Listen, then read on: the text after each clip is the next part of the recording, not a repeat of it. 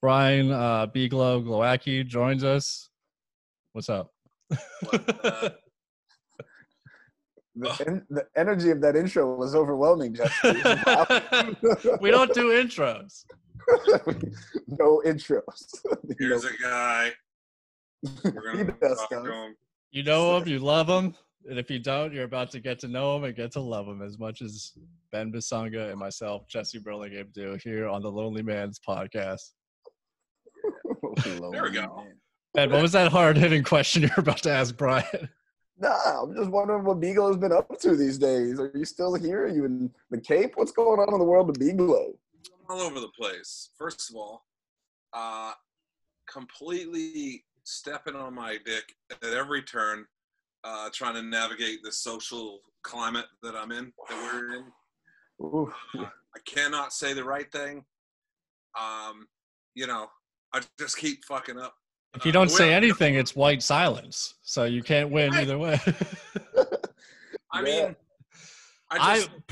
giving Black voices a platform here on this podcast. I'm doing my part. I was streaming rap music on Spotify earlier. I am supporting Black artists with the fractions of a penny that every stream gives directly to them. Dude, I just think it's so natural, like as just a goofy white dude, that I was like, wait, I'm on the good side, Like I have to paint over even harder because I look like this. You know what I mean? Like I'm even wearing a shirt of somebody who's probably like off-duty cop. You know what I mean? How many handguns are on your desk in front of you right now? Dude, I don't own guns at all. I'm not a gun person at all. Yeah. Oh man. I got a little thunder and lightning. But so, dude, I'm just posting everything I see. Here's Martin Luther King's walking with some people. Let me post that. If you stay silent, let me post that. It's like, yeah, I'm on the team too. And then one of my buddies, you guys know him. Actually, I should give him a shout out for this because he straightened me out. Austin McLeod was like racially ambiguous Austin McLeod. Dude, I'm not usually called on my shit. You know what I mean? People are usually like, he's all right. He'll be fine, But he was like, dude, posting 15 times a day little catchy things is not helping anything. Like, there's all this shit that needs to be done. And I was like, oh, my God. I just realized I wanted to look like I was helping. I didn't want to actually help, know? And then I was like, started doing he really straightened me out and really put me on a path. So I've been – I'm in a different, probably financial position than some people. No big deal. But I've been like sending money to bail people out that get arrested for no reason. I've been like really trying to do action instead of just talking shit. But then, are there any protests on Nantucket? What are they doing down there? They just, it was like it looked like more like a rally than a protest. There's are people from Nantucket, like anytime you post this, or there's some people in like Nantucket, like, hey, what are you going on over there, Brian? Like, people trying to come at you? Yeah, they're like, you liberal pussy. I'm like, whoa. Hold on. But dude, like, everybody I grew up with, like, dude, I grew up, like, I didn't even meet my first person of color till, like, third grade, So it's just different for me, and I'm trying to, like, do the right thing. So then today, I fucked up today. So I posted a video. So a white guy went to grab the barrel of a cop's gun, and the cop just goes boom and fucking blasted him. And I edited it with the guy from Mike Tyson's Punch Out, so the guy gets blasted and it goes pew pew pew. And I was like, people were like, "Yo, this is fucked up." I was like, "Well, I'm trying to draw attention that the cops are just punching people." And they're like, that's not the message we got. I was like, oh, fuck. Yeah, it looks like the cop won the round of the video game. Yeah. They were like, dude, you're making it look like the cop won. Like, the guy's like, bop, bop, bop, bop, afterwards. I was like, I missed the mark with this one. The police are the final boss. They are. Every time. Man. So I got yelled at. No, this has been very eye-opening for me in general. Like, it's like it has become like a full-out war. Like, people are taking sides, and people that you would have thought, people that you never expected, or just jumping every way. Like, I usually never paid attention to social media, but the combination of just being stuck in the house for 12 hours a day and then this happening, I'm like, holy shit, people will say stuff on Facebook. I found myself jumping in posts on people's ass. Like, I'm like, what? Me too. Man, I even wrote an essay the other day. I haven't wrote a paper since like college, but I was so mad. I wrote a paper right now, and I'm just finishing it because I hate when people write stuff and they don't put sources and they don't put information inside it. So I want to go through and hyperlink and just make it real easy for people. So there's no questions. There's nothing like, it's like, this is it. This is the source. This is the facts. And we are answering some questions that people have just because I'm sick of hearing the same things over and over. I'm sick of hearing people pretending to be clever when using tired responses and views. And I'm just like, this is played. It's already been discussed. We're not playing this game anymore. Like, It's right. like when Austin kind of cracked down on me, and he did it with love. I'm not shitting on him, but he really was like, yo, if you want to help, here's 15 different things you could do. And at that point, you got to be like, fuck, now I got to do something. Yeah. He just literally laid it out for me how I can help. And if now I don't help, I might as well go, like, be a cop. You know what I mean? I might as well, like, if you're not going to do something, shut the fuck up is basically the moral of the story. Mm-hmm.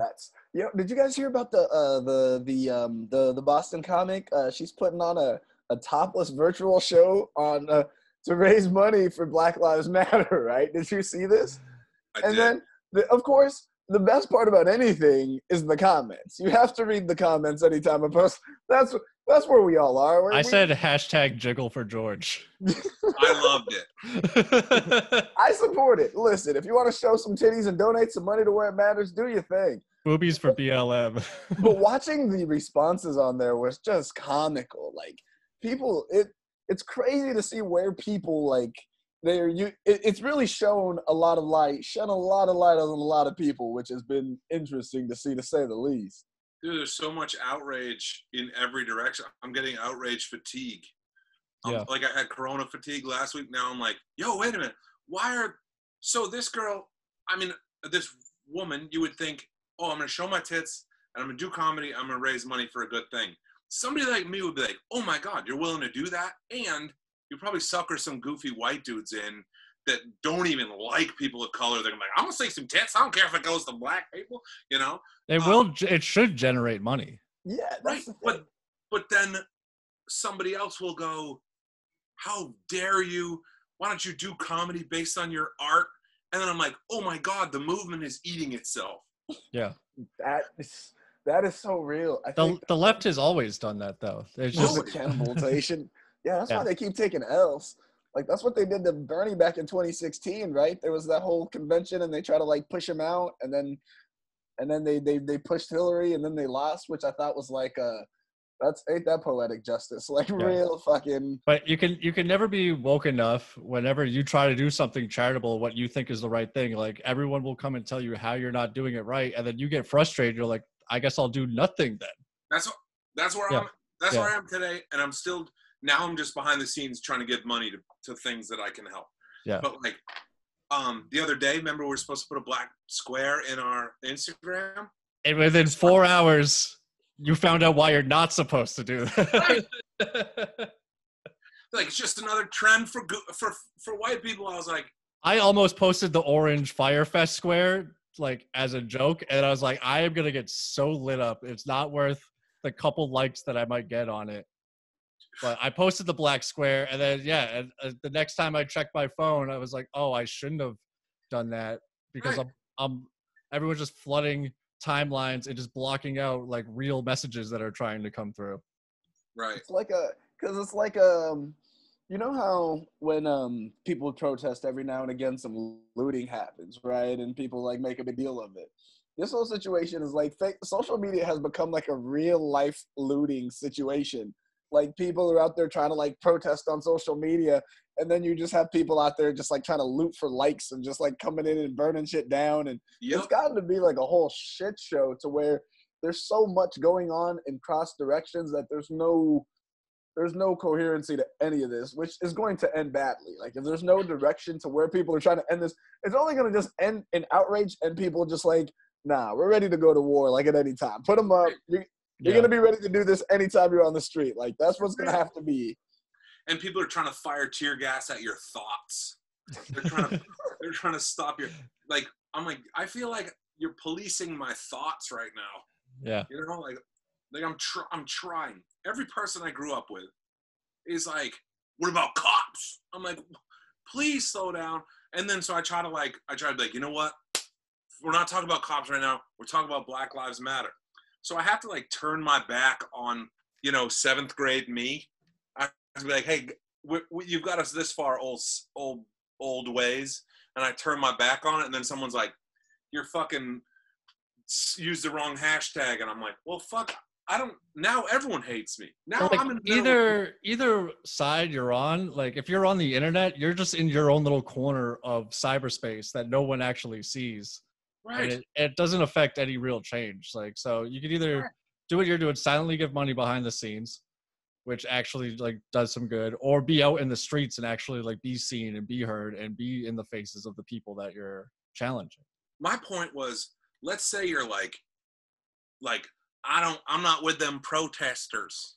Fuck that. You know what I mean? If you're so far that way that you're like, I don't want nothing to do with it, then take your money, take a 10% of your stimulus money. This is what I've been saying to people. Take 10% of your stimulus money that you got for free anyways, and put it towards your local like police charitable association so they can train some cops to not do this shit anymore. Even if you want nothing to do with the movement, be like, fuck, at least let's get some cops that don't work. You know?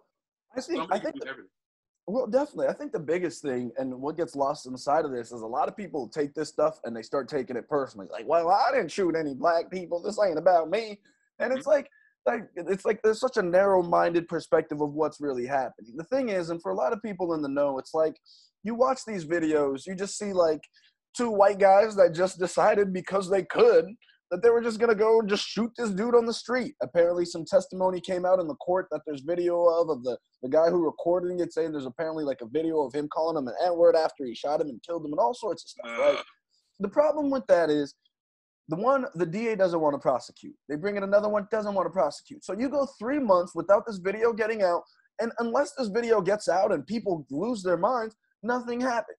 And you think that's one thing, and then 2 days later, Breonna Taylor, the police break into her house while she's sleeping without announcing themselves, and then her boyfriend is registered gun owner, has one in his house because someone's breaking into his house. They haven't said anything at 3 a.m. while you're asleep. He fires, and then they kill her just like that. Now, and then after that, you have the George Floyd thing. And it's like none of these people, and if it wasn't for any of these videos getting out and outrage being protested, none of these people are even getting prosecuted. We're not talking about this. No justice is served. The problem is it's like people say those stuff happened, but like in the 1960s, same stuff that's been happening, you know? So it's like it's like over time, nothing feels like it's changed. What you're really pushing for, one of the things that's came out is the 8 reform about police reform and trying to change some things with that. And those are the things that you're really trying to push for and petition. Like, people need to step away from, like, I don't call black people the N-word. I'm a good person. Like, fine, we get it. Cool, dude.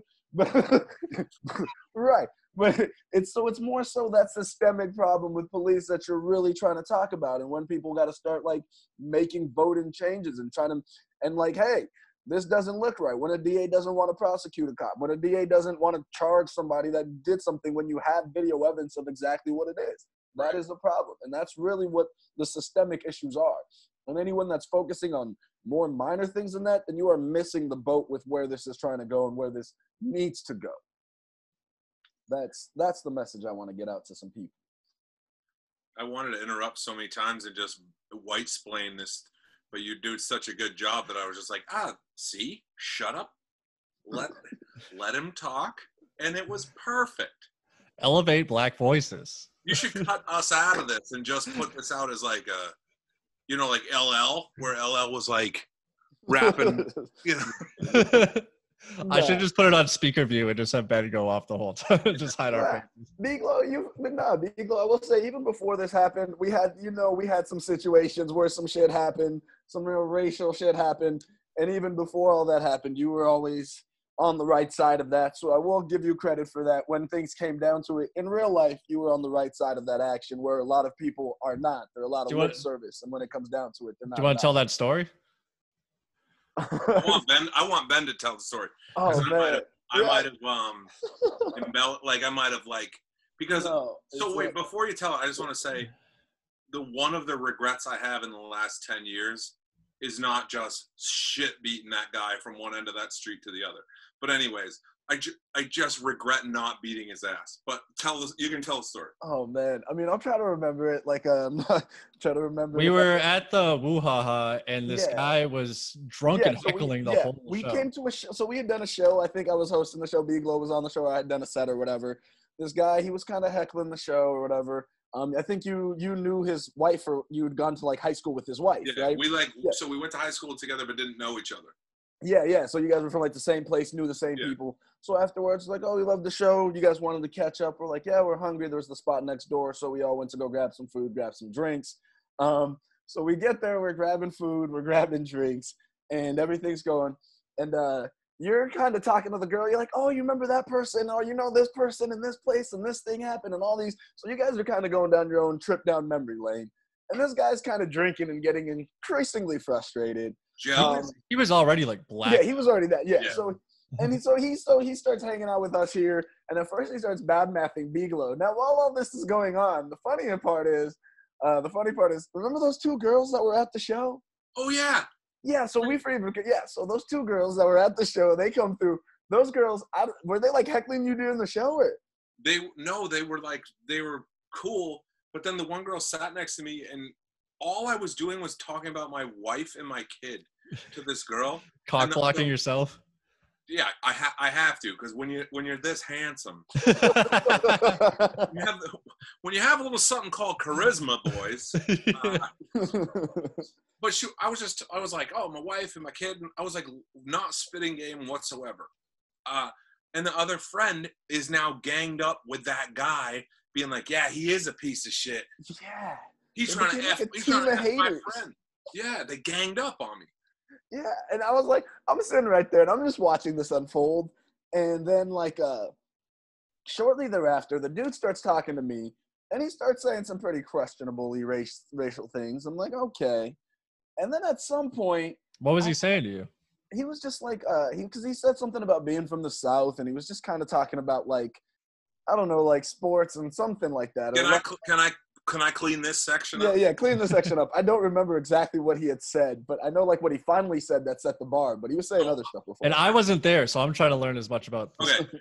I had walked away. I go, I'm going to go to the back. It got to a point where I looked at you, Ben, and I took my watch off, and I go, this guy's going to fight me. Yeah, he was saying some shit. Yeah, so I go, you know what? We've had a great night. I'm going to excuse myself. You guys have a great night. I went to the bathroom, but at this point, his wife that I knew from school comes over and starts talking to me, and he is so pissed. So I eventually, they're like, I buy them beers. I come back, I go, here you go. It's all good. Don't worry. I'm being Mr. Diplomat, right? So I sit back down, and I'm trying to just stay on the surface. It's like, oh, where are you from? And he goes, Wisconsin. And I go, where in Wisconsin? And he goes, well, Wisconsin first, and then I lived in Florida. I go, South Wisconsin. And Ben feels the tension and goes, I've never been to Wisconsin. And that's when he said, yeah, because you're a... That's what he said, yeah. And then the part after that, because there's the DJ scratch. Everyone's like, what? I'm like, all right, that's it. I've had enough of time to go. And he goes, what? I come to your show and laugh at your jokes and I can't call you the N-word? And I was like, wait a second. Because you came to my show and you laughed at my jokes, all of a sudden you can just be like, this nigger, this, that. And what kind of entitlement is that? Man. And at this point, everything just, everything kind of just hit the shit from that point on. He goes, I'm at a table of comedians. I can't say the N-word. I go, But he's not saying N-word, mind you. He's Right. saying it every time. He Yeah. keeps repeating the spot. So I go, He said it multiple times. you know what? First of all, you're not a fucking comedian. So that's out the window. Second of all, how about this? There's just never a time that you can say it. Let's just say you can never say it for the sake of argument. And he starts running his mouth to me about me sticking up for Ben. And I go, why the fuck am I even talking to you? I was like, we should just go out. I go, if we're not going to see eye to eye, we should just go outside. And that's when everyone was like, and then, it just all got out of hand, so we stopped the fight. The craziest part about that afterwards is like we were there with another comic, and he was talking to the guy's wife, and she's in tears this whole time and talking about some crazy shit, how the dude like apparently like abuses her and all sorts of shit, the whole thing. And I remember driving by, and I'm like, after all this happens, everyone's left, and I walked down the distance to my car. I got on my phone, I drove by. They were still sitting outside. She like.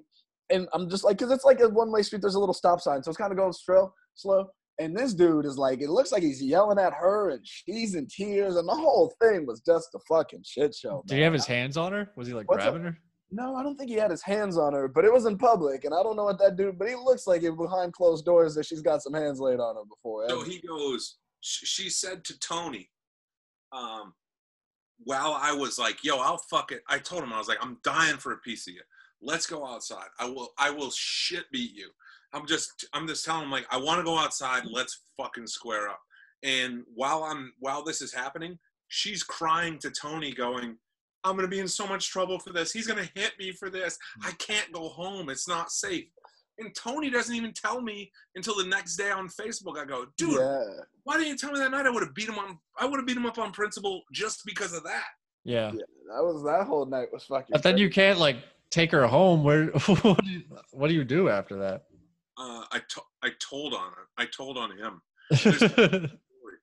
So, dude, I couldn't let it go that she was like she probably got beaten, because of me being friendly, So what I did is I came back to my hometown, and I told my friends that are close to her brother. I'm like, yo, you need to go get this girl. But they're still married, dude. It's so hard for people to leave abusive relationships. Yeah. I should have beat that guy with him. I regret not beating him up. We weren't gonna, not on that night, because especially in that spot, because there's always police hanging out there. It was not gonna end well either way. Like, that's the problem with that situation is like, we get into a fight, you beat some guy up, and then you go to jail, and they're like, that's why we call them the M-words, because they're all violent. Like, there's no win in that situation. Like, that's the fucked up part. There's no. I remember I remember thinking how fucked up it is that you had to calm me down. Like, not only did you have to endure being called the N-word, then you have to then calm everyone down. I was like, I can't imagine. And then, because you're like, dude, just go home, go to sleep. Like, don't go to a jail cell tonight. But I felt like in that moment, I should have like at least slapped him or thrown a drink on him just to honor our friendship. You know what I mean? Just to stick up for you. Slapping him would have been funny with like an open hand, like maybe a backhand. I would have probably laughed out loud if he just, that would have been hilarious. I would have supported that. But no, man, like, here's the thing, and the way I've always seen it is like, I can't ever just let people control my emotions like that. If people are able to just say one thing and I just lose it and can't act right and think right, then it's like I can't. It's like then people can just control you at any time with words and simple things like that and kind of get a rise out of you. And plus, like, not even to talk shit, but like if it was that easy, like a lot of people would got me to a really angry place a lot of times. Like, yeah. And that guy wanted to fight somebody, clearly. So he was like, what's the fastest route to this fight right now? Well, he knew that he couldn't get to me. Yeah. He kept trying to get to me. So then he was like, turned it on to Ben. But he didn't get to me. I was laughing the whole night. It was just funny. It was just the attempt that's where he went. Like, oh, I'm going to make this guy mad. Watch this, That's what I said. I go, you wanted trouble. Now you got trouble. That's what I said to him. You've been looking for trouble all night. Now trouble is here. But dude, you said something that night that like stuck with me and it like hurt my feelings. Not towards me, but I go, dude, just let me fucking beat the shit out of this guy. And you go, don't even sweat it, dude. I hear that shit all the time. And I was just like, oh, fuck. You have to go through life dealing with that shit? it like hurt. Nah, man. And you know, the most frustrating part about this is when people discount other people's experiences. Like I see all the time people like, oh, it was just like, what about black people kill whatever? And it's like, I get that there's black on black crime in Chicago, right? I get that that's a thing, which is funny that people call it black on black crime because all crime happens intra-race, meaning that white on white crime is almost a real similar percent. I think it's like 81 versus 89.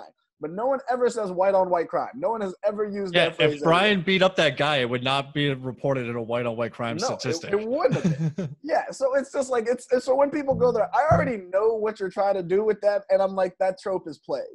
Right. But that whole thing is like, and then people will like say that to use that kind of excuse and that kind of rhetoric to discount experiences. Like I told Jesse the other day about a story like when I had a gun pointed at me by police when I was like 15 in the car, and it's like.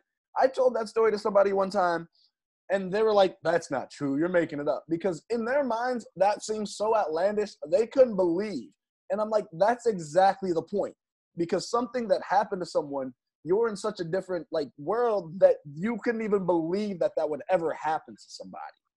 That's the real issue at hand for people that don't see it, is that people's experiences are real. And these things are real. They do happen, and not just to like, people that pretend to be thugs in the street. It's like they tell you to get a college degree and get a job and do all this. I'm like, I've never been arrested. I have zero criminal record. I have a college degree. I have the job. And you still get the same results. Like anyone who tells you any different is lying, absolutely lying to you. So I know that this privilege exists because I know that the privilege exists, but I also know that the racist part of the cop thing exists because I've been on a side of it that like shook me up, where I was like, damn, these fuckers are still out here talking like this. So have you seen my black car that I have?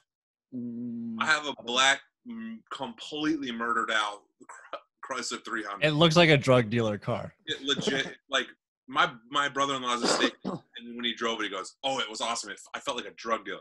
You can't see in the windows at all. There's no chrome, no nothing. It shows black. It's like a fucking, one of those things in Harry Potter that, you know. It's the Batmobile. Yeah.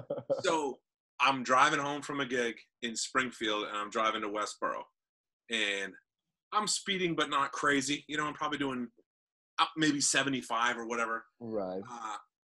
Boop, boop, blue lights go on. I'm like, oh, fuck. So I pull over to the side of the road. And I'm not saying this to be funny. I'm saying this to show a point on how fucked up it is. I get pulled over. I put my windows down in the front, okay? So, because he wouldn't have been able to see in, I would have got a ticket for my tint. Put the windows down. Turn the lights on. He comes up with the flashlight. He shines a light in the car and sees my goofy face, and he goes, that's not what I was expecting. And he walked back towards his car, and he drove off. Wow. So if you think it's not in Massachusetts, you think it's not near us, it's fucking everywhere. Everywhere. Yeah, that's, yeah, I sometimes I call it just I call them checkups when police pull me over. Do you know how many times I've been pulled over for having a broken taillight that fixes itself this year? Like my taillight apparently fixes itself. It just knows how, because it's always out when they pull me over. But then again, it fixed itself, and we came back, and they do the same thing every time. They check my ID, they go to the car, they type around for a while, and then they come back and they give it back and they tell me to have a good day. And I found that's what they do. That's stop and frisk on the highway. That's all it is. It's exactly the same thing. They're looking for warrants. They're looking for anything that they might catch you on and see if they can get you. And that's what it is. They didn't even ask about the dead hooker in my trunk. Can you believe that? They didn't even hear that banging. They're like, oh, that child's tied up pretty nicely. You make a good knot. Were you a boy scout? Is that a clove hitch? Or is that a pole knot? My friends and I would be pulled over all the time because we were teenagers in a small town, so the cops had nothing to do. And of course, the car always smelled like weed. But yeah, like never once were guns drawn or were we like violently pulled out of the car. And everyone always got let go. So crazy story about that. One time, me and my buddy, we were in Denver. My buddy, he's a white guy.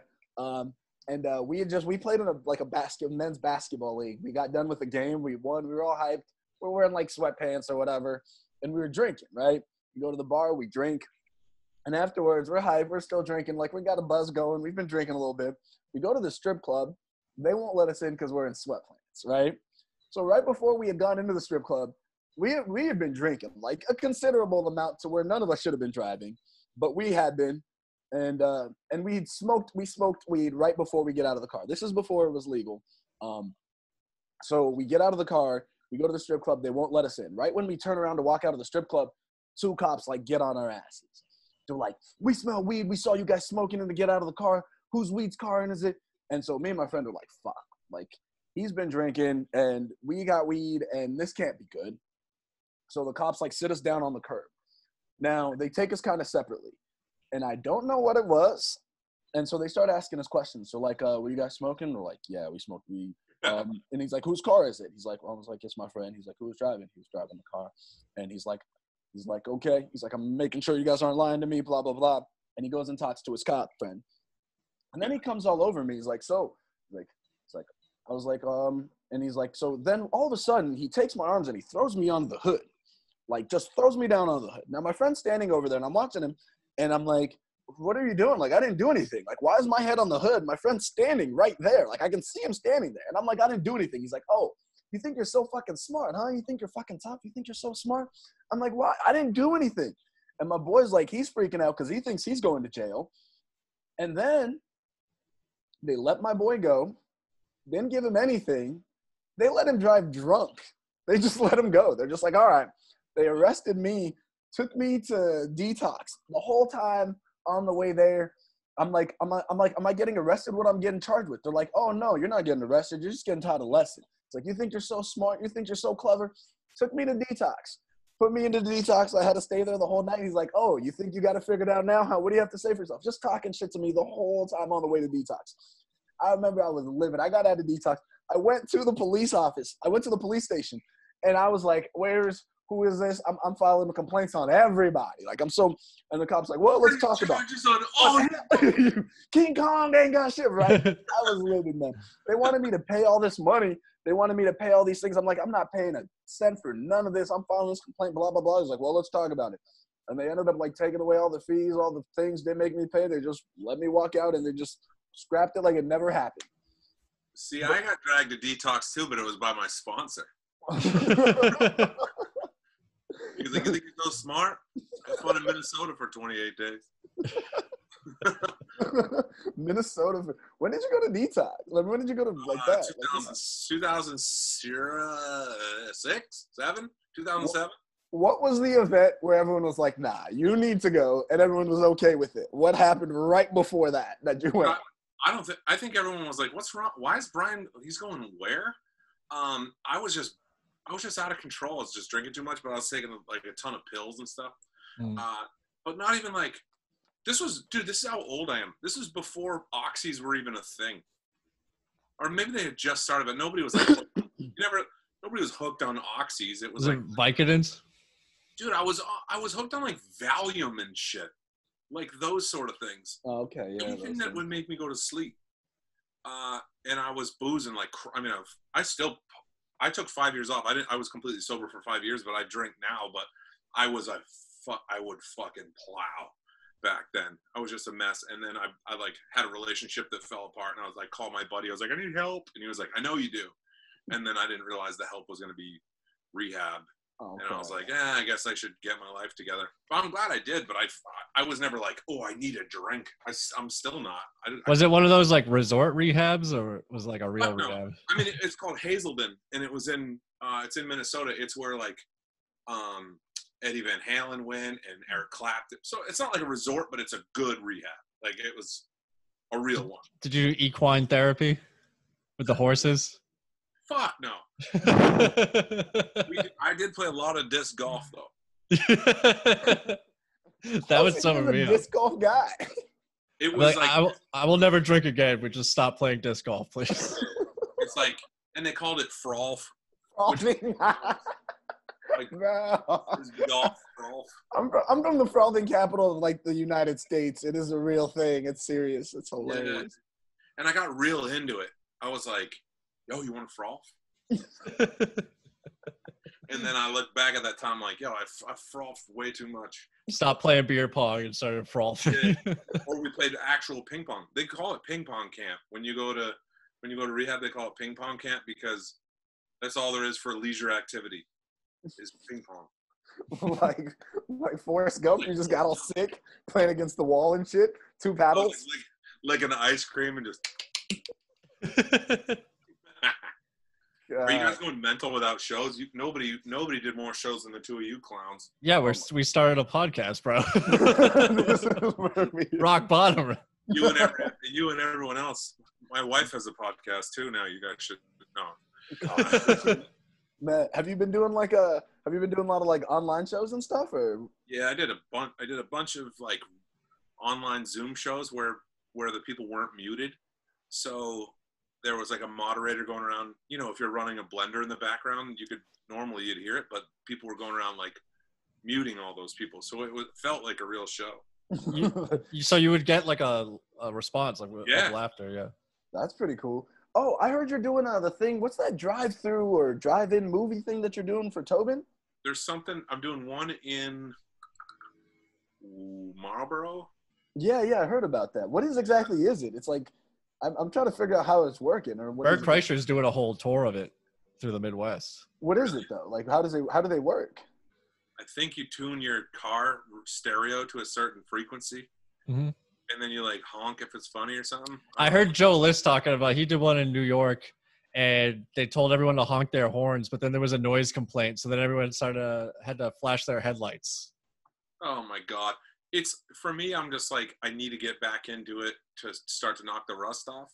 Like it's not going to be the same, but it's not going to be this either. So I have to start.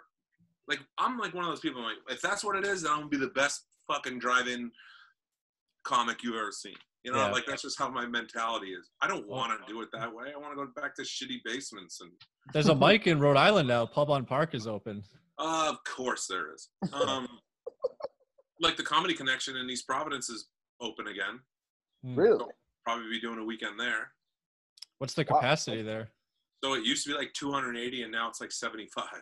Oh shit! That's a good night at the Woo-Ha-Ha. Dude, I'll take it. I don't care. I don't care if there's 5 people there. Yeah. You know, as long as we can get back to doing this. I wonder if comedy is going to become like an exclusive thing now. It's like, hey, we're going to sell out because we can only fit 50 people in this room now. That used to be able to seat 200. I hope so. I hope so, but also it lets you really work on your following, because if you got 50 people that would risk having custard in their lungs to see you, those are yeah. You know, the crowds are going to be hot because those people want to be there. I think that once all this restriction is over, I don't know what the protests are going to do to COVID and shit. Like I saw a thing that said with the protests, either they're all going to get sick and that means that we stayed in our houses for no reason, or they're all going to be fine and we stayed in our house for no reason. Yeah. You know? That's a valid point. So I think that will rear its ugly head within the next few days, and I will just worry that we're going to get locked back down and we'll be fucking Christmas shopping online. I don't know. Now that they're opening it up, I don't know if they can close it again. Yeah, you can't unshit your pants. Yeah. I think the second wave is when it's going to come, like towards the end of summer, around like October is what everyone's saying, like the second wave, which is like, if it was still as heavy as they said, the second wave should come right after these protests. Like the second wave should be here by like early July. We should be seeing the protest waves if it is. Dude, I got so much shit because I said like day 3 of this thing. Before we were even locked down, day 3, I said, lock up the old people and let this thing eat. And everyone was mad, and that's kind of what it's turned into, with the rare exceptions of a few people, which you don't want to be one of those. You don't want to be 27 and drop dead from it. But for the most part, it's old people. Lock them up. Yeah, if you're afraid, stay home. You don't have to go out and interact with everybody. Right. Yeah. I feel like it's a lot easier for like everybody else and the economy. Like people forget that we are in like a massive recession now. Just like a minor detail of all of this. Like, oh yeah, and while you were sleeping, the economy dropped to shit. So hey, dude, this is how crazy it is. This is how. So this is why Trump, like people, are like, no man, we need him again. Do you realize how good the economy had to be to like even weather 18 weeks of less activity and then massive political social just upheaval, and the economy's still like pretty decent considering. Do you know how good it had to be to not just completely collapse? Yeah. But also people want to work. So as soon as they can go get a job, they're going to, and the unemployment numbers are going to drop down. Right. We hope. They're sky high right now. It's wrong with the economy before this happened. We were people. I have other things going on besides comedy. Obviously, comedy doesn't pay shit, but like, I've never made this much money in my life. People were just fucking spending money like it was like they were on fire. Yeah. And now it's not that far off. It's really not. I mean, I'm in a different spot too. I'm on Nantucket, so money ain't a thing out there. Money ain't a thing. Y'all be chilling out there. Are you gonna start your theater shows again in the summer? If they allow us to open, Nantucket's way more restrictive than the rest of Massachusetts. We have more restrictions than you do anywhere up there. Oh yeah, they were like, keep that shit off the island. Like, lock it down immediately. People can't even get to Nantucket. Do you guys even have any cases? We've had like 19 cases. I think they've all recovered and one person died, but they were super old. Yeah. So there's been no new cases in the last 24 days or something like that. You guys are like New Zealand. Yeah. Well, what they did is they shut the they shut all the construction and all the landscaping down.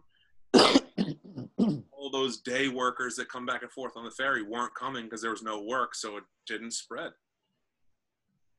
Ben's like, fuck this amount. Yeah, we're talking about money. Go grouse. He's been working from home the whole time. I feel bad for him. I get to leave the house at least. I don't even know what you guys do. I'm not sure what Ben does. I work in a factory in a clean room. So I was already masked and gloved up and like in a Tyvek suit. We make lasers. Lasers? Really? Yeah. Is it too much to ask to have sharks with laser beams on their heads? I was like, how are we essential? But supposedly some of our lasers are used in the manufacturing of ventilators. Like the ones where you're like at a football game and you blind the quarterback, those kind of lasers? No, like the kind that will cut you in half, like obliterate you. Really? Yeah. Or the kinds that shoot the wings off of planes and skies. Really? Like they make ray guns, yeah. That's legit. Do they go? Do they make? Your company makes lasers for ray guns? Yeah. Who's using these ray guns? Who's sitting there just shooting planes out of the sky with fucking ray guns? U.S. government, bro. That's why I'm not out in the street. There's no big red beam either. They're completely clear. You can't see them coming. Yeah.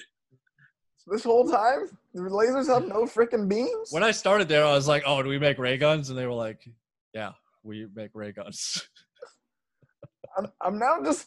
I'm now intrigued because I've never seen a ray gun in action. I just wonder how many things has been shot with a ray gun. It just blew up. You didn't even know there was a fucking laser beam blowing that shit up, just slicing it. Honestly, don't know how much I'm allowed to say. But when I first started there, yeah, we had a company party and they were like, last year we showed you this. And there's a drone flying through the sky. And then all of a sudden the wing of the drone is just on fire and the thing goes down.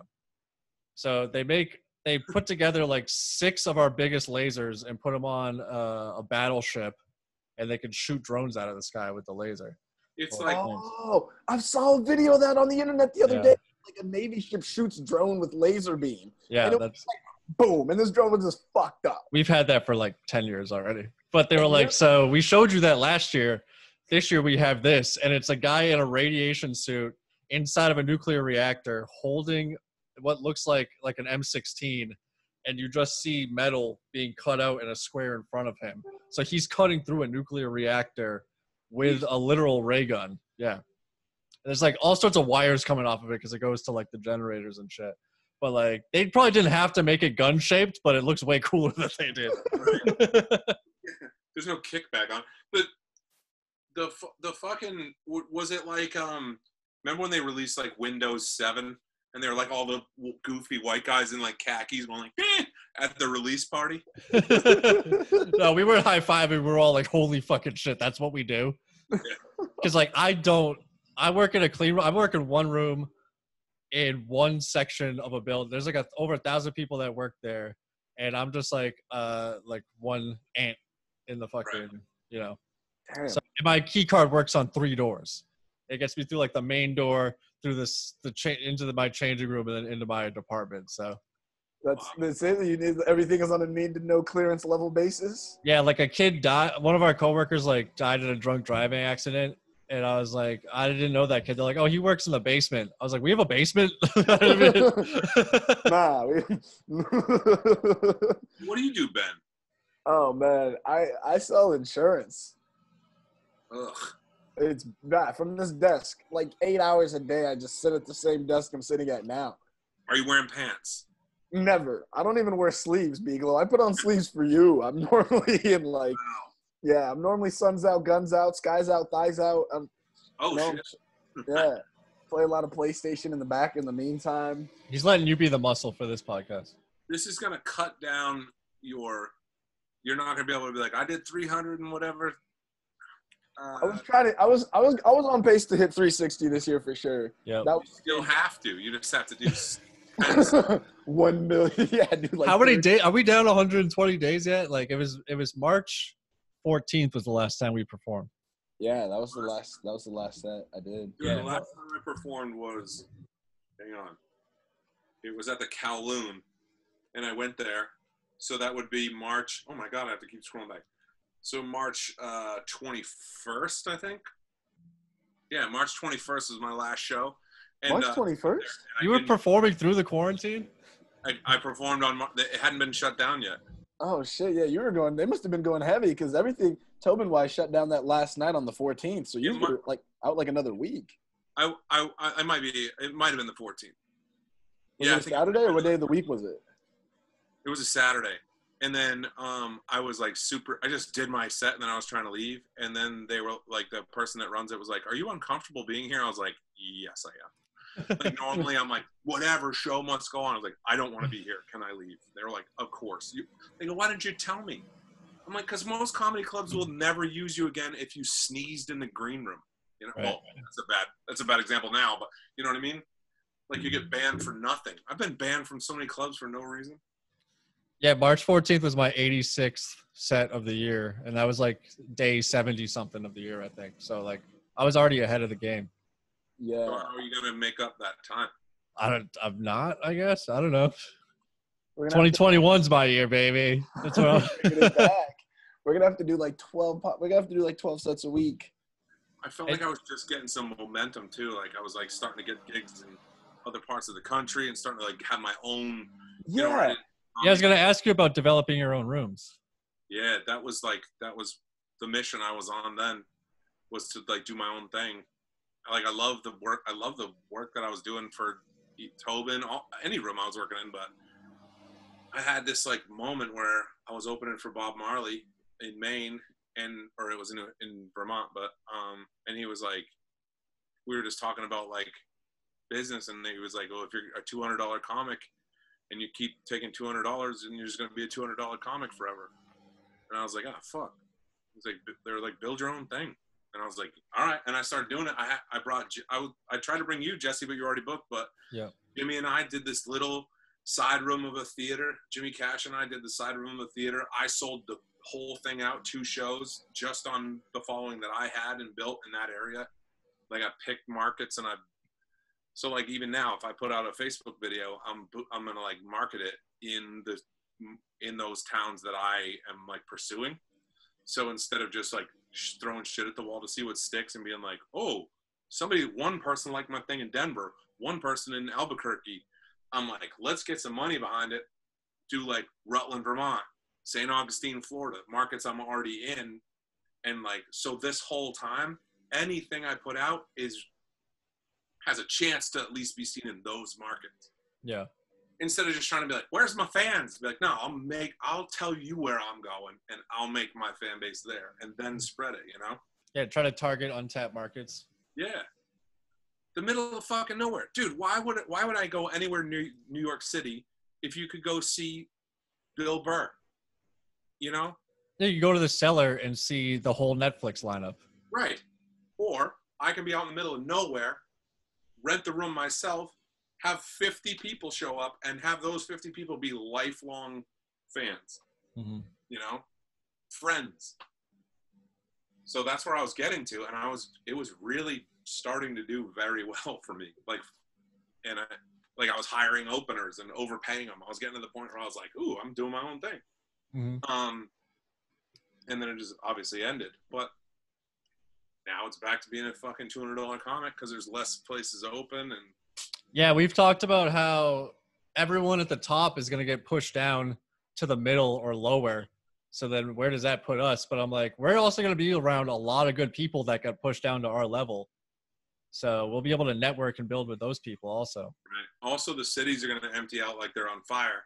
So you'll get better, you know, like, I'm not saying shit about my act or whatever, but I'm saying, like, if we're in Worcester on a Thursday, Friday, or Saturday night, what are you going to pick? My Brain and Dorsey's and, you know, a couple other people that have been kind of at it for a while. But if those people leave the big cities and they come home, then it's me sitting looking up, you know, all three of us sitting looking up to these people, asking them questions on where they're at, you know? Yeah. And they need work, and we can book them on shows because we all run shows. And, like, learn from them instead of it just being, like, the only thing that on a Friday night, if we're all sitting around, like, I can tell you what I've been through or how I got where I've got, but we're all aspiring to be farther than I'm at. You know what I mean? So it's like, only good can come of it if good comics come back to a scene. There's no bad that can come from it. Mm-hmm. Yeah, you know? I think. What do you think's gonna happen with the Woo-Ha-Ha and Revolution Pine? They're gonna be done, right? Do you have some insider information? What's that? Do you have some insider information on the situation? Nah, nothing credible, but I would say it's probably over. I would just imagine that it's over. Yeah. I mean, a lot of places that we know and love are probably over. Not well, them. That's the crazy part is, like, I don't think we've seen a lot of the places, like even places like Great Scots in Boston, like that shut down and they're not opening their doors again. And that was a venue for a lot of comics and a lot of concerts and stuff as well. I think as this progresses, you may see a lot more places not coming back, or if they do in limited capacities, that don't allow them to do this. Apparently, there's a lot of regulations now to what restaurants can do for the reopening and, like, bars and stuff can do. And it's like, now you're not even when you're operating at the new max capacity, it's like you're not even profitable at this point because of the new restrictions and stuff that you have to do. So it's going to be a whole different, it was the Wild West before. There's shows everywhere. I think people with that indie mind, you know, like the indie artist mindset, will do better, because if you think about it, a comedy club is really just it's just bricks. You know what I mean? They're not providing really anything as far as art goes. It's just a spot where you can put chairs. Yeah. So if you're, it's not a show until you just put a microphone and a comic and a speaker. Right, it's not a show until somebody says something funny. Yeah. So it's like they had so much power before, because if you want people to see you, you got to come and do it under this roof at Uncle Goober's. But now Uncle Goober's is gone, and we're just like, oh shit, we're still here. We still have ideas. So they're gonna get out. If you have an independent mindset and not like, I'll just wait for them to come back. No, that's how the whole alt scene of the 90s flourished when the boom of the 80s died and all the clubs closed. Yeah. They went to just random hole in the walls that we were already in anyway. We thrive in the hole in the wall. Yeah, except now our hole in the wall is not really conducive to quarantine restrictions or the phases.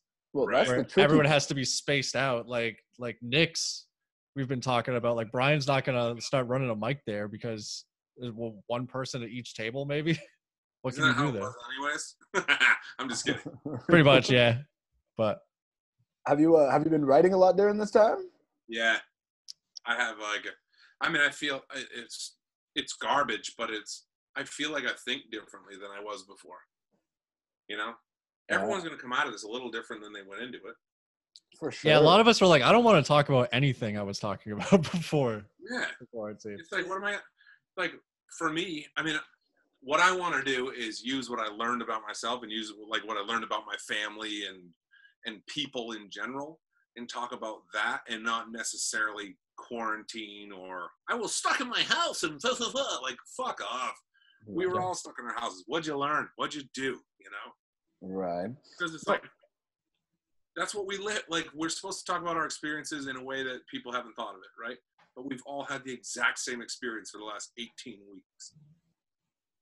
So if you come out with you're like, they should have named it Bud Light virus. That was get the fuck out of here. Go back. Just go home.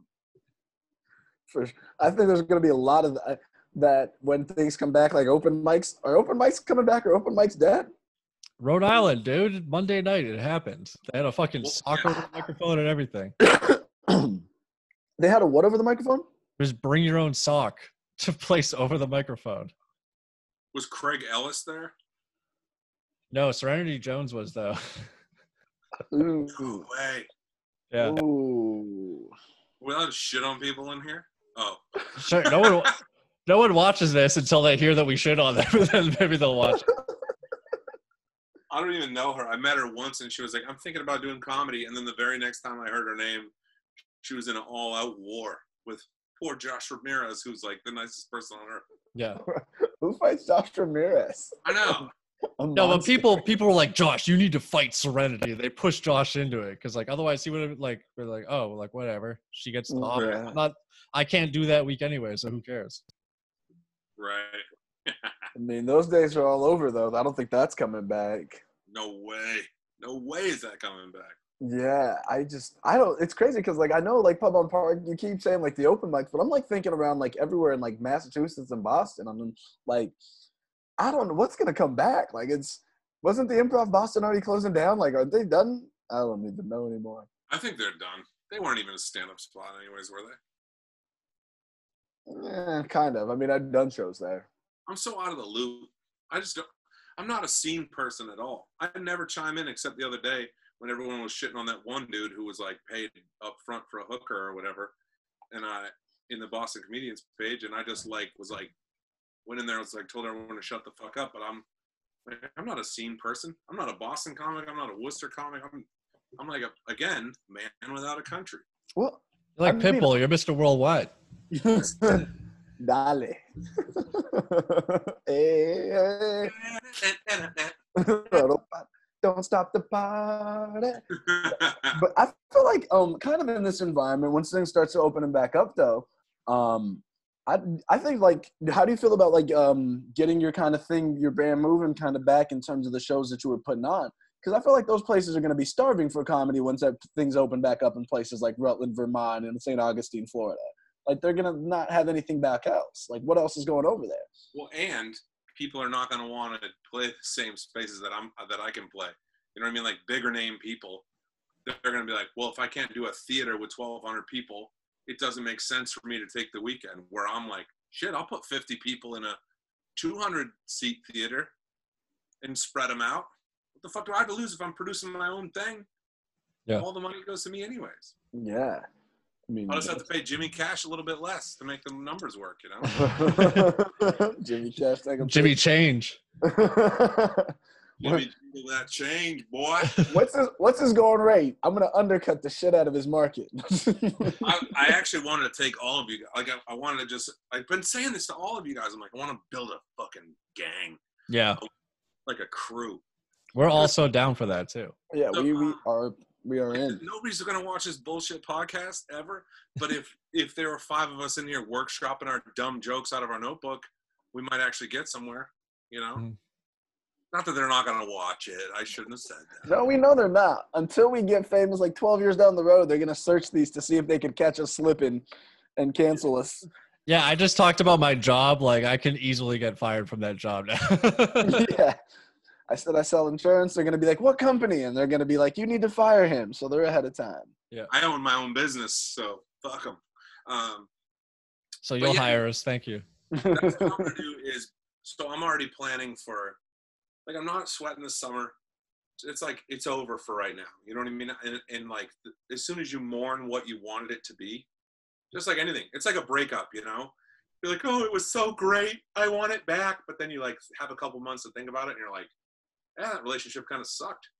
Yeah. That's sort of how I feel about what I was doing, how I was spending my time. I'm like, dude, I'm fucking killing myself for gigs that are no money or they're too far away just to look busy.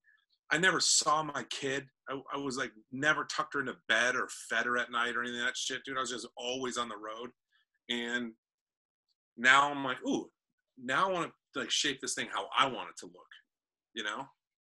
Yeah, it's like, what do I have? like, what do I have to work with? Give me that and I'll figure it out. Right. If I can be like, hey, I'll rent this 1,200 seat theater and put 400 people in it, that's still way more money than I would have made if I was just opening at Uncle Goober's Chuckle Hut, you know? So there's like that. I'm just one of those people. I'd rather fucking be a pirate than join the Navy any day of the week, you know?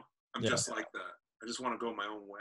We were doing outdoor shows last year. Like, I could see us easily doing that in late summer, early fall too. Oh yeah. And so I would say by like Christmas, you start to be able to have a real plan for what it's going to actually look like. Yeah. And then like that, it's going to be 2021. And then will we have used this time for anything other than bitching about that we couldn't do comedy, or are we like recoiling and ready to pounce when it does come back, you know? But anyways, I want to start this gang. That's what I'm talking about. Yeah. I mean, honestly, you're putting some ideas in my head, though, in terms of just like, hey, building your own following and kind of started doing your own thing, putting it together like that. Right. That's essentially that's the best way to do it. I think there's a big something to be said for owning your own and having your own plan instead of just waiting for everybody to fucking hand you shows or working for, especially because those opportunities, like you were talking about, when people come down, it's like, yeah, there's going to be a lot better comics. So maybe like whereas you were able to get a hosting spot, now you can't because somebody that used to be able to headline a smaller room is now going to be hosting this other room because there's less availability, you know? So right. So like I got taught this lesson, and this is what really changed it for me was, you know, we're working so hard on all this shit, putting out content and all that other stuff. And like, all we're doing is trying to build a following so that we can go to a club and go, here's all the people I can bring. Here you go. How much money can you give me for all them? Instead of being like, wait, what the fuck do I need that? What do I need you for? If I have all these people, why are you now you're taking some of my money. Yeah. So all I need to do is go down the street to a place that has like a function room. If you can get past the pride of being like, oh, I'm not playing at the Laugh Boston, but I'm playing the back room at, you know, Nancy's function hall. You're still building something that's like yours, that isn't like, you know, like if God forbid anything happened to, you know, fucking Tobin or Ryan or whatever, the three of us are literally, you know, 40 of our weekends are gone, you know? Yeah. If you're looking at a full year, they're filling a shit ton of weekends for the three of us. So, Right. So then if you go like, oh shit, God forbid, or what if one day they go, fuck this business, I don't want to be in this business anymore. Then the three of us are going to look at each other and be like, I guess we should build our own thing now?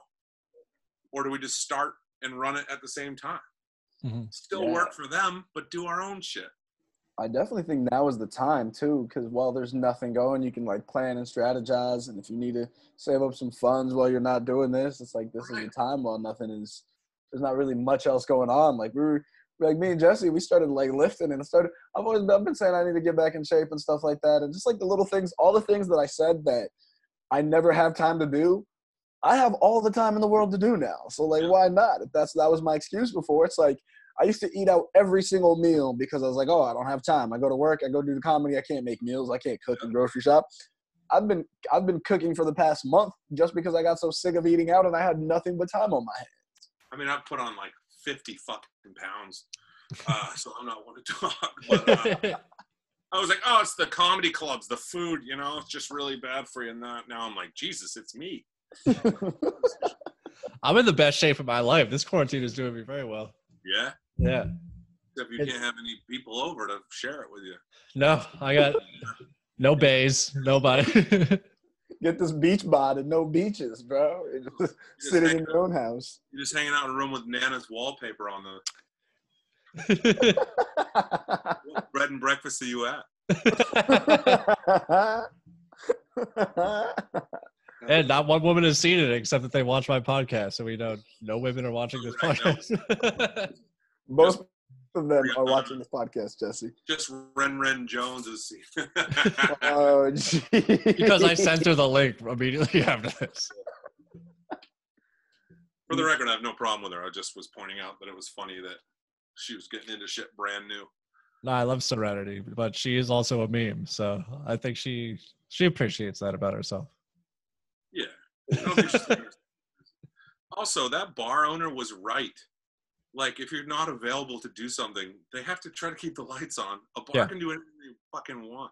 Yeah, everyone was just like, oh, she's in Josh's room, even though it's not Josh's room. It's like it wasn't at all. I think nobody's room. That whole thing has always been kind of weird. Like, did you have a situation like that happened at the like the weed comedy show that you used to do? Well, I gave it up, and then someone else is like, I want to try it, and I was like, yeah, fine, go for it. And then they like missed a weekend, so I filled in the weekend, and the show sold out, and I was like, oh fuck, I should have just been doing this the whole time. But then the club still booked the other show too, and they sold out. But then the quarantine happened, and all the shows got canceled. So that's why we got to organize and mobilize this gang. Yeah. So that we start rolling in and shutting people down. Show me what rooms are available that I can put people in, and I will run a show there. I have a speaker and a microphone and a spotlight. Like, what else? What more do you need? Long ass list of places that want to do comedy. Yeah. What? He has like some master list. That place that you did where it has fake grass on the floor is one of my favorite spots. Redemption Rock. I hope they survive. Yeah. Because like you could space people out in there anyway. It's picnic tables. You can't have more than a party of 6. You can't sit more than 6 people at a picnic table anyway. Right. So just space it out in the room. I'll do that show every day.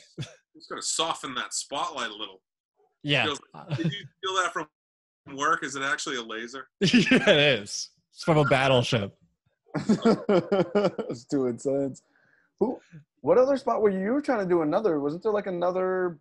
That's a one weird thing is like there were so many breweries popping up. I wonder how many breweries are going to survive this thing because breweries are like you need people in the door drinking brews or else you just have all this random beer and all this equipment and all these people working for nothing. Yeah, a lot of them don't sell in stores. They do everything through the tap room. Yeah, so I'm wondering how many breweries are going to survive this. That's when you got to get a rich friend and go around and buy them all up. What's up, Brian? Hey, I heard you're looking for some new homies. Yeah, scoop up some of this Worcester real estate. We'll just open our own room. I need that like I need another foreskin.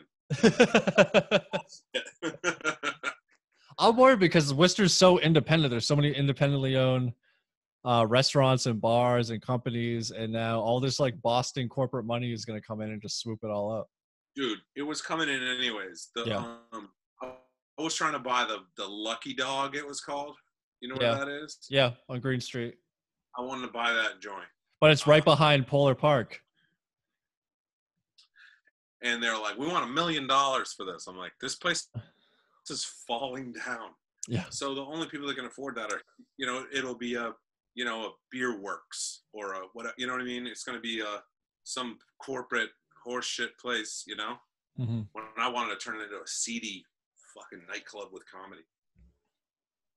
With luxury apartments upstairs. Yeah. There'll be other rooms like that at Worcester or somewhere. Yeah. I don't know. But then Paul and I were going outside of Worcester. We opened that room in Marlboro at the Lost Brewery. And like that was packed out. Eventually that would have been a paid show. Well, my whole model is like because I used to be like, I'm gonna open a club. I'm like, what the fuck do I want to do that? Be stuck at some place every night? What I want to do is turn a place into a club for a night and be home before they're done sweeping. The restaurant, thankless, fucking god-awful suckhole.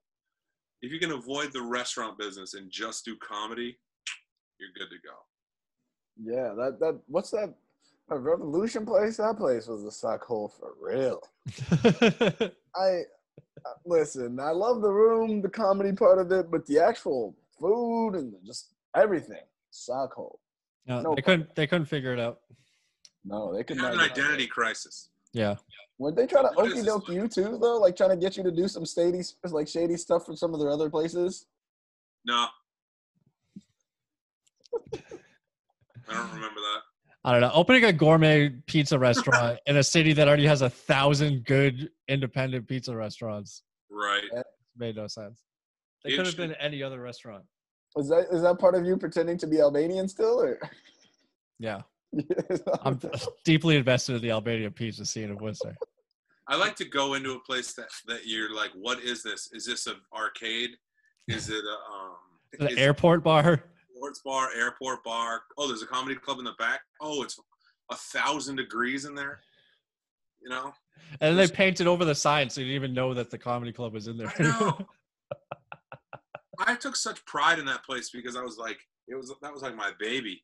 Mm-hmm. And then I got to a point where I'm like, outside of the comedy part, does anybody give a fuck about this place? Does anyone even know we're here?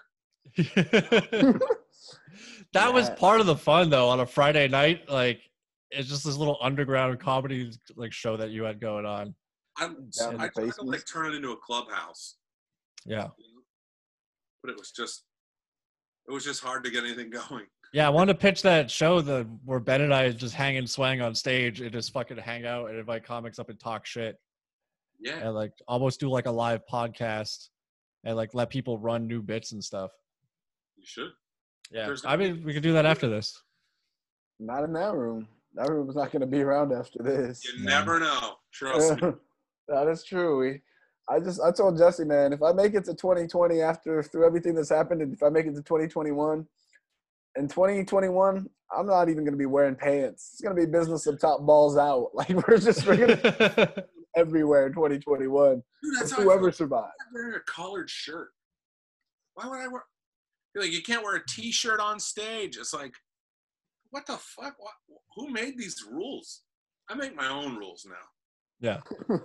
I was already, like, people always make fun of comics that have a style, but I was already trying to do that, like wearing like rap T-shirts of like albums I'm into, or fucking my skinny jeans and shit. Like, not trying to look like any other comic.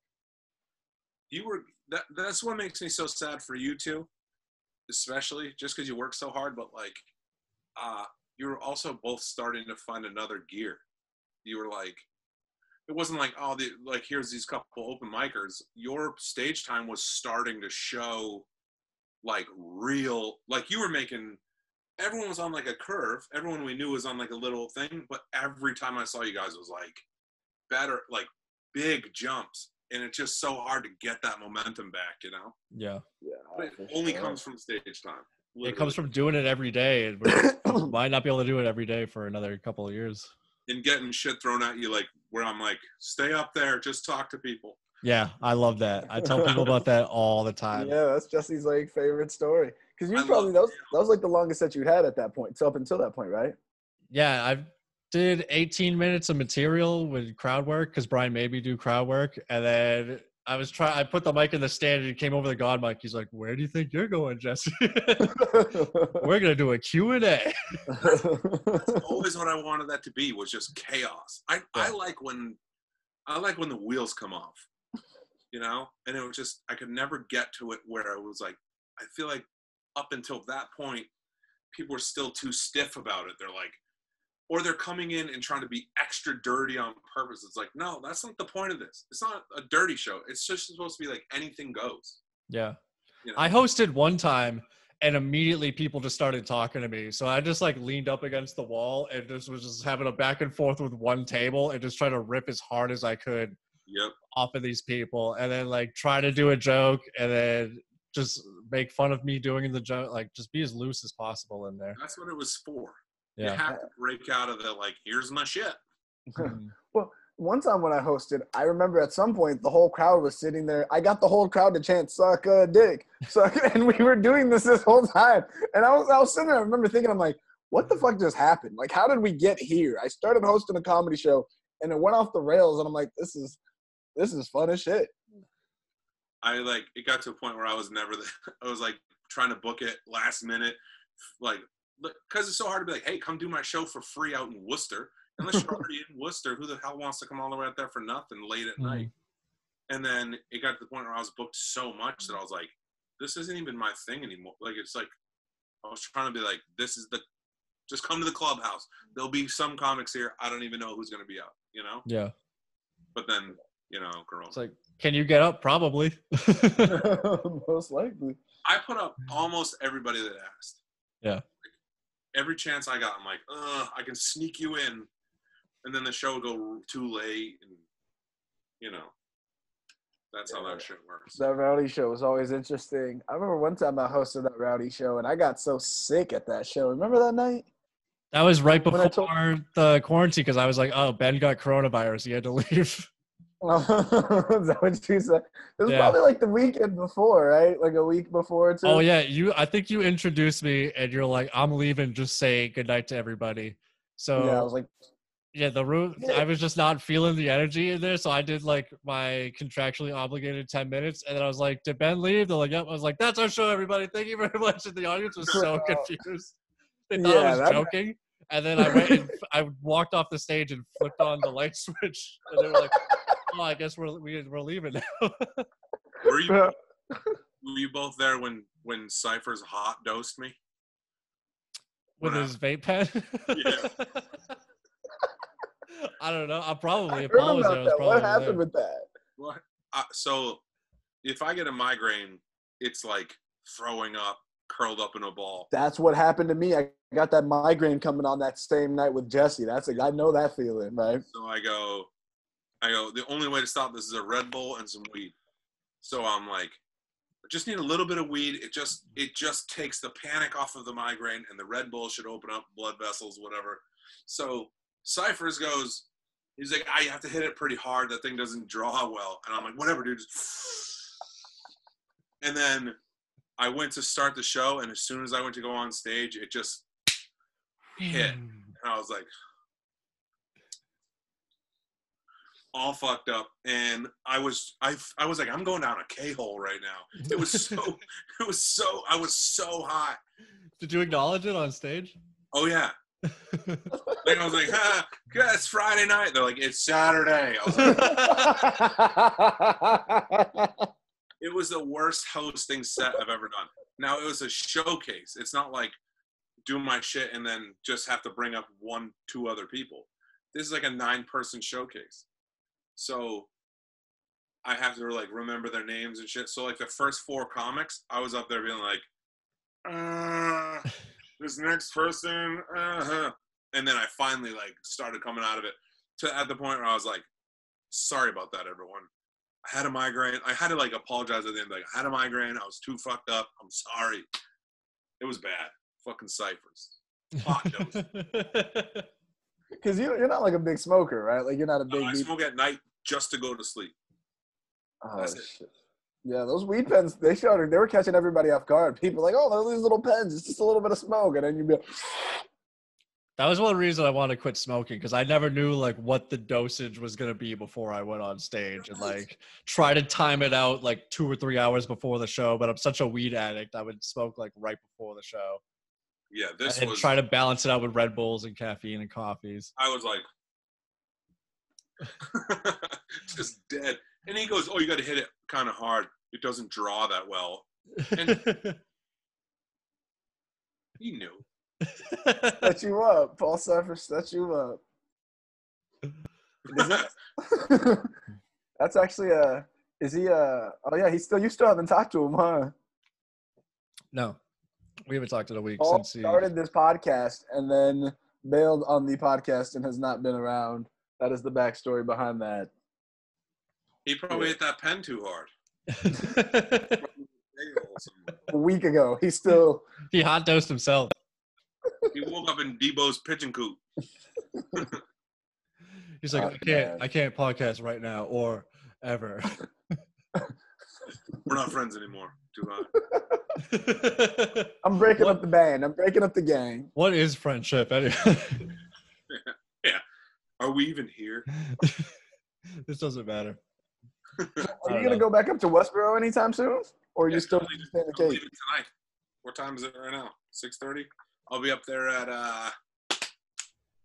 I'm getting on the ferry at 8:20 to avoid all the fucking transient workers carrying the plague, you know? The plague. Are they all leaving right now? They leave at like right after work time, like 4:30, 5 o'clock. So I just wait till they're all gone. Then Are you by yourself down there, or is your family with you too? I'm here alone this last couple days. Just there's a dead mouse in the ceiling, so I had to deal with that. My wife would never tolerate sleeping in this house like that. So it was actually under the fridge. I thought it was in the ceiling. It was under the fridge. So my sense of smell is trash. But they'll be back. We're all coming back next week. Oh shit! That's the best place for the summer. Yeah, this summer's gonna be so weird. Like, what do you even do in the summer when you're not supposed to go outside? What are you supposed to do? I'm going to the fucking beach every day of my life. Oh, yeah. Like all the beaches are open and stuff back down there? Supposedly, but see, I'm gonna get up at like 7 a.m. and go park my fat ass out there so that they can't be like, "Nah, you're too late." Put some cones around you. Yeah. Wait, didn't you guys? You guys both came down and did my show at the Chicken Box, right? Jimmy and I did it in January. Jesse and Jimmy. Oh. I was doing something else. No, I didn't do it yet. All right, you're next. Yes. Yeah, I can't wait to do that show again. That was awesome. Oh, you did it with, and then you did it with Harrison. Yeah, the guy was. Oh yeah, Harrison.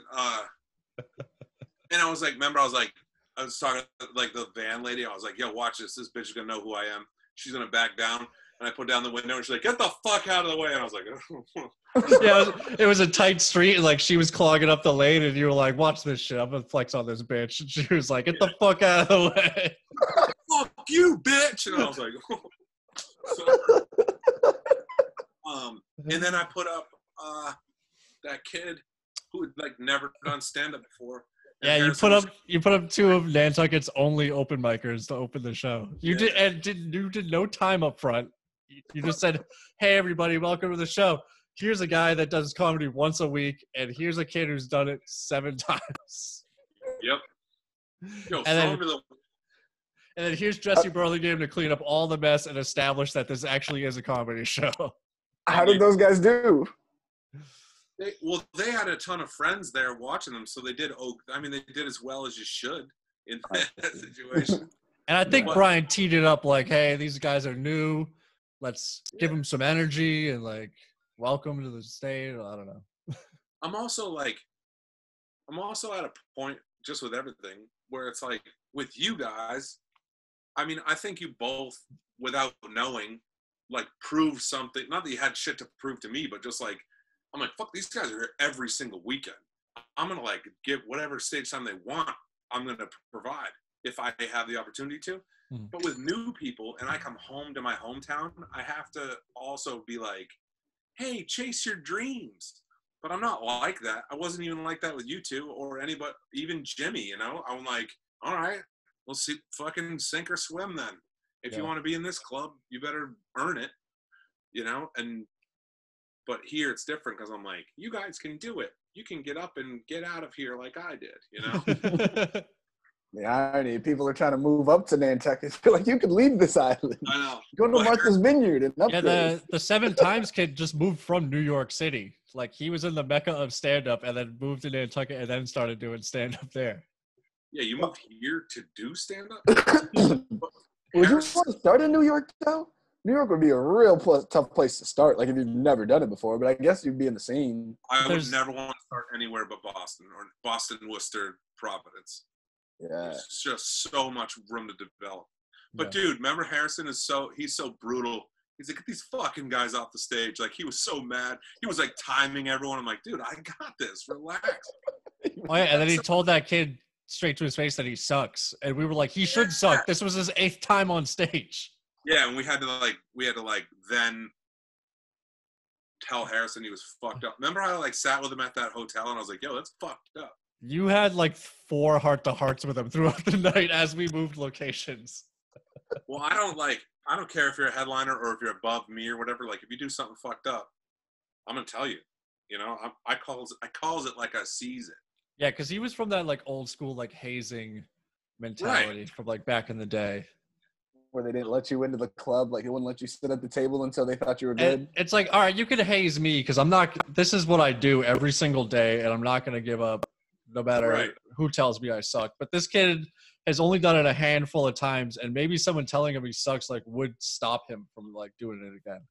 Yeah, so I had to like Harrison's far and away done more shit than I have, and I have to like tell him, you're like, yo.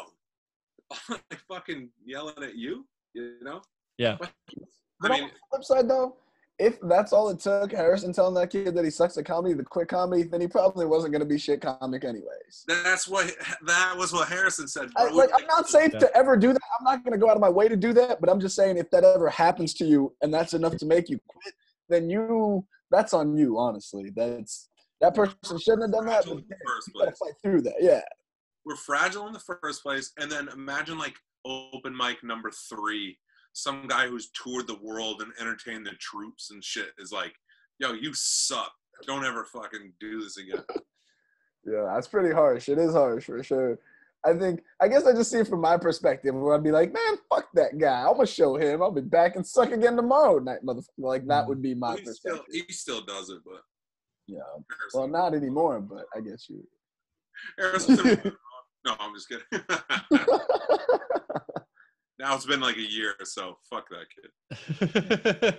Was that long ago? No, it was 4 months ago. It's January. It was? It was this year. Yeah. In February? January of this year is the end of January. Oh, wow. I didn't realize that. Yeah, it was like the dead of winter on Nantucket. So how many people were there? It was packed. Yeah. 160 people there or something. Yeah, like it was absolutely insane. But also, like, what else is there to do on Nantucket? Right. So it was perfect. It was the perfect time to do a show. I did a show at this other bar called The Muse back in the day. It's like even bigger. So we had 260 people there. And they were standing room only, like 10 rows of people standing. And Lamont Price was the headliner. This is when I was brand new. It was the second show I ever did. And there was 260 people there. The whole town was there in the dead of winter. And he fucking murdered. It was unreal. He's a beast. He is a beast. I've only worked with him one time, and I was so happy because he gave me a tag for my jokes, for one of my jokes that I did. And I was like, that's how you know, like, a comic really thinks you're doing something. If they watch your set enough to come up with a tag and, like, props you, like, that's real shit. And I'm like, he's a monster. Lamont's a beast because he went on after me. And then I thought I had a good set. Like, I had a good set. And he just destroyed. Like, I was like, we're not even doing the same thing. Like, I did well, but he just murdered. Like, it was just like a different level of laughing that people were doing. I'm like, what am I doing? Like, he's a monster. He was somebody that I looked up to early on as like, I want to do what that dude's doing. Mm-hmm. That guy's killing. Yeah. Like, I'm doing okay. That guy's killing. Yeah. How long have you been in the comedy game? How long have you been doing the comedy now? He's probably at this point, if I have 9 years, he's probably got 15, 16, maybe even 17, maybe longer. You have 9 years now? Yeah. Oh, shit. Comedy stop at 3 years into it. Hell yeah, dog. That's called hustle, son. That's what it's all about. It was 3 years last month for me. I just hit the 3-year mark in May. How much time can you do? How much time have I done, or do I think I can do? How much time do you honestly have? Do I have? I mean, I've done like 25 minutes before of like jokes and material. So that's like I didn't like try to stretch and like do crowd work and stuff like that to like make it work. Like I just did my jokes and like stuff that I've done on stage before. Yeah. And that's the most time I've ever done. It's like 25 minutes. So like if I really tried, do I think I could stretch it out to 30? Like how many minutes of good material do I think I could like and actually do? I don't know. That's different, but that's probably the time. Like I'd say I feel comfortable anywhere in the 15 to 20 range. I feel really comfortable at. Same. That would probably say that's like my comfort zone right now. Is that? Do you have longer or the same amount of time, Jesse? I've done like 15 minutes of just straight jokes. I had to do that at the comedy scene in Foxborough. It was my first feature set, and it went super well. So I guess it's a strong 15 minutes. But cool. For you, I did 18, but that was with crowd work and shit. Fucking around. Say that, if somebody asks you how much time you have, it's how much time it would take you to read your jokes, all your jokes that you're going to do without any laughter. Yeah. So I'm like, shit. 12 minutes, but I can do 2 hours. Yeah. How much time would you say you really have, though? I could honestly do 2 hours if I had to. I think I could do 2 hours in my sleep. I think I could do 2.5 if I had to. Mm-hmm. You normally do what, 45 minutes to an hour now, like most times now? If I'm on the road, I try to do 55 minutes. It's That's just perfect. so I'm not doing the same shit every time. Try to make sure I put 15 new minutes in somewhere, and that allows me to still do my act that's 45. But like, Yeah. I mean, you're talking to me. You could talk to somebody else and be like, that guy's got fucking 6 jokes and so I don't. But I consistently do an hour. Yeah. Do you do like normally, like, so when you start out, do you start off shows, like, do you normally like do like kind of talk to the crowd and kind of like go into that and just like where you're at if you're in a different city or you're traveling, or do you like, how do you normally start that, or do you do it different every time? I try to open and close the same every time, and then just see where it goes. And like some nights, if I'm at a place like Thursday to Sunday and there's 2 shows a night, then I try to be like, okay, let's see how long it takes me before I get into a bit. You know, if I can just fuck with people and talk shit and whatever, you know, I do a shit ton of, I don't know if it's, I don't call it crowd work because I write so many jokes about so many topics just in case something comes up that it's like, they're just kind of leading me into stuff that I want to talk about. Mm. You know, I'm not like, what do you do for a living? Like Jesse, we were talking, we were like doing that thread the other day. Oh yeah, try to do crowd work after the quarantine. Yeah. Well, what do you do for a living? I was furloughed due to COVID-19. Yeah, are you two together? Yes, per the rules of phase 3. Yeah. We have to be together to sit together. Exactly. I hate to cut this short, boys, but I gotta carry on living my life. That's exactly 90 minutes, so that's perfect, man. Thanks for spending some time with us and hanging out. We missed you. Dude, let's get this gang together. Yeah, man. Let us know next time you're up in this area if you really do want to get that writing workshop. I mean, we ain't got shit else to do, so why not? Let's do it. Let's do it. Man. Yeah, let us know next time you're up in this area. I'd love to. Be Glow. It's always a pleasure to see you, my guy. Thank you. Be safe out there. You want to plug your social media to our 5 listeners here? They know where to fucking find me. Hell yeah. No, it's just at Be Glow Comedy on Instagram. Link in the description. Like and subscribe. Yeah. See ya. All right, peace. Peace.